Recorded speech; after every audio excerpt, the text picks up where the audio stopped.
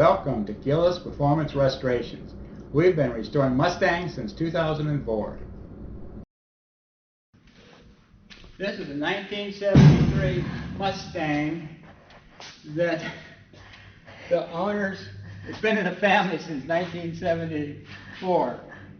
Unfortunately, it was repainted before they got it. Originally it was a blue car, and they had painted some gold color, and we started sanding it down. Underneath all that gold was all kinds of body damage. We were very surprised because it's a California car. There's no rust in the car, hardly at all, just a couple of those spots, but yet it needed a new, the front fender had been replaced.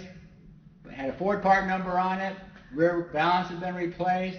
A major dents in the door here where they used a dent puller. I drilled in a bunch of holes in it to straighten it out. So it's had a lot of work done to this car. And stay tuned for our videos upcoming on this car and the other projects we are working on here in the Fab Shop. Thank you for tuning in.